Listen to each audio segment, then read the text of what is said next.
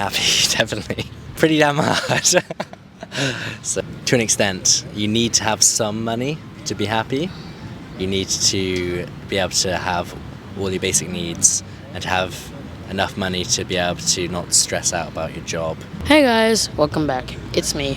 For today's video, I'm going to be here talking with the amazing person that I have with me today. As always, thank you so much for your time and tuning in for today's video. Hey, what's your name? Hi, my name's Gethin. Nice to meet you, Gethin. You have a highlight of the day or the week? Yeah, my friend from Thailand, she sent me some posts. Yeah. So that was the highlight of my week, I think. Yeah, I hadn't heard from her for a while, so that's good. Are 9-to-5 jobs dying?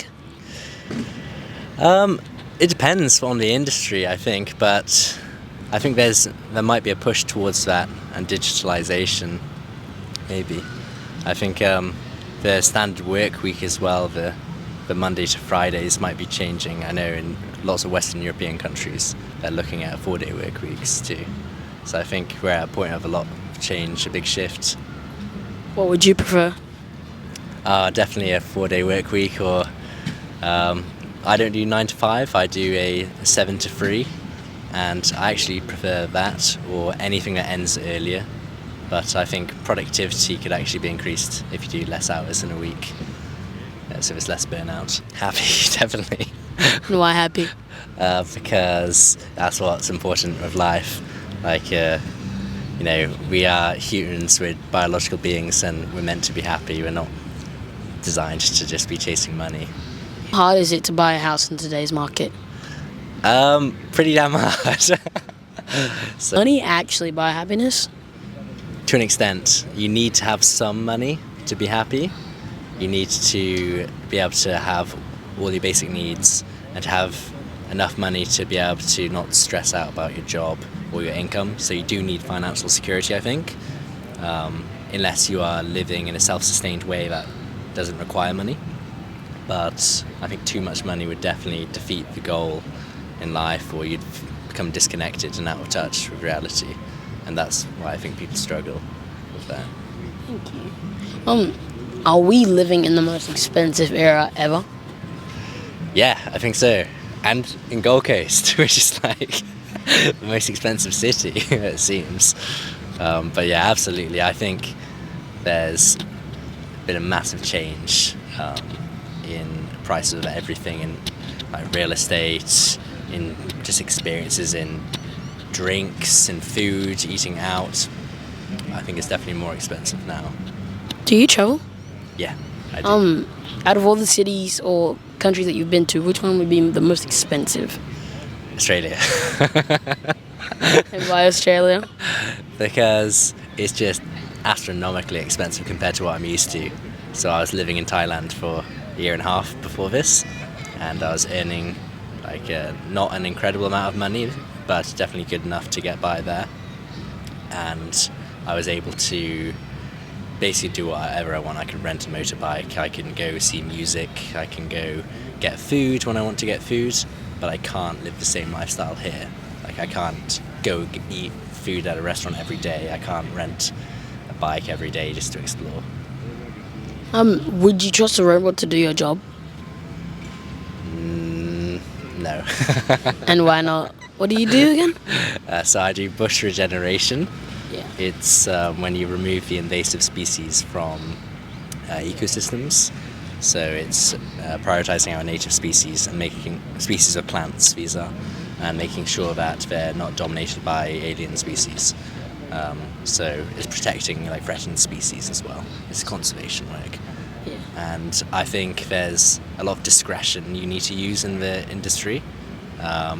So sometimes there'll be a species of plant, like blue-belly goat, that's a species of plant that is not from Australia. It's technically alien/invasive, but sometimes you don't actually want to kill it if there's nothing here and there's all sunlight coming down on the canopy, on the forest floor.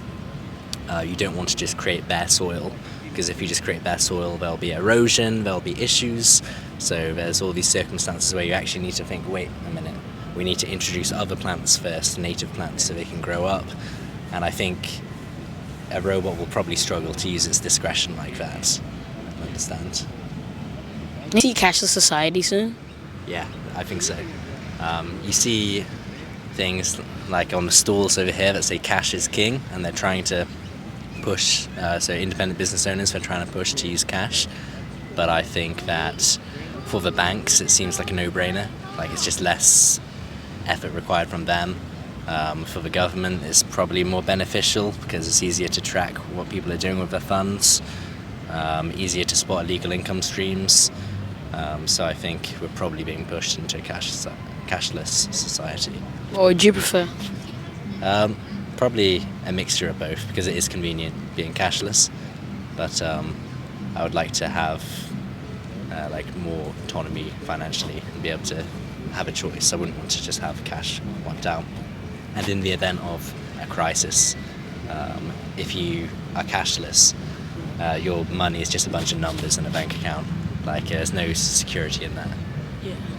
Job security is still good enough to reason to stick with a traditional job? It depends on your financial security, I think.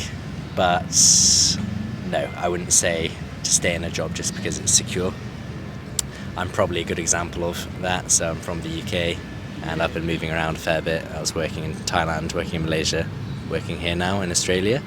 And I really like to try new experiences and see new things. So I'll stay in a job for a little bit and then I'll look to kind of move on and progress a bit more or experience something different.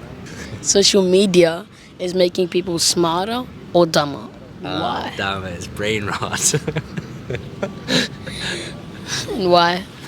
Because of it just destroys and annihilates our attention spans, I think.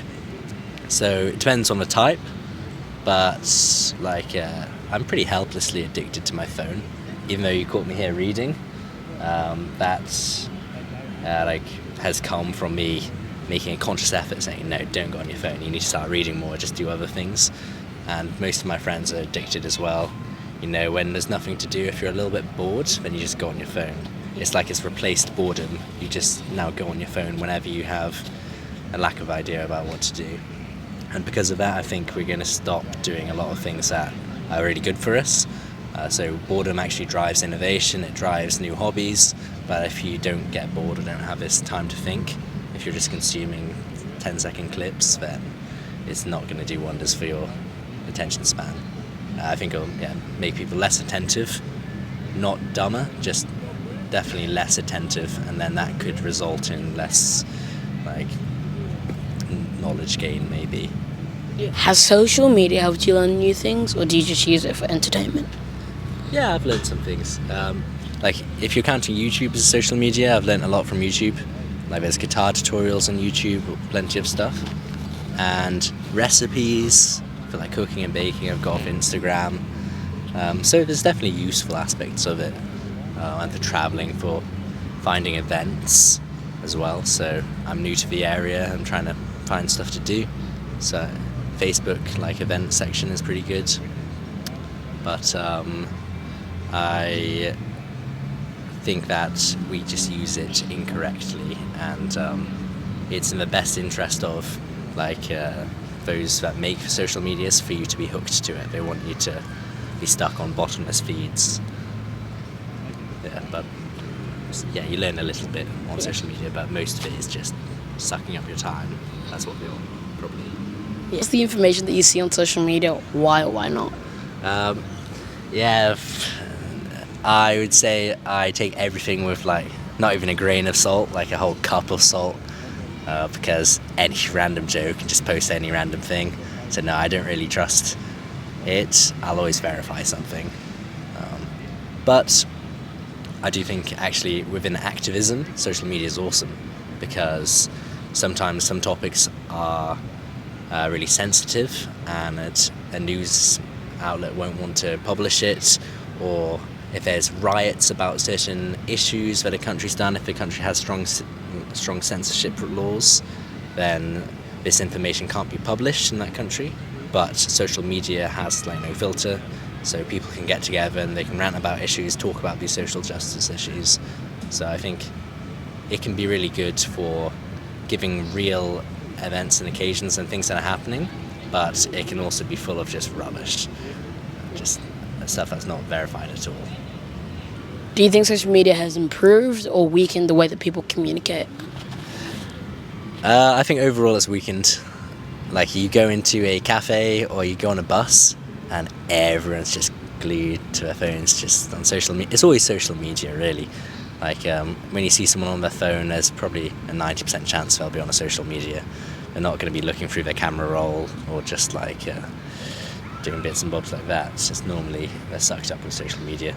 But I think it's great to be able to communicate with family long distance, like with me, but that is just to maintain communications. When it comes to creating new like friends or new relationships with people, it might be blocking it in the moment, like when you are out. If I was on my phone today or walking past you on my phone, maybe you wouldn't have spoken to me. It probably looks more inviting being here without my phone. Think younger generations are losing social skills because of their screen time on social media? Yeah, I think so. I would even consider my age to kind of be in the younger generation category. I'm 25. Even though social media only really hit off and smartphones and stuff came out when I was a young teenager, it's had an impact even though we were like 15, 14, 13 at the time. So it can impact people in my age, but if you're born into it, if you're a technological native like yourself, like, it's all you've ever known. So if you are just used to using phones and social media, then I think it would definitely affect your perception on life and how you communicate and what you do with your free time. And I think that's the issue. It's like a free time issue. Phones and social media suck up all of your free time or empty time, and then it means that you're less likely to go out and make meaningful connections in person. Thank you. That's all.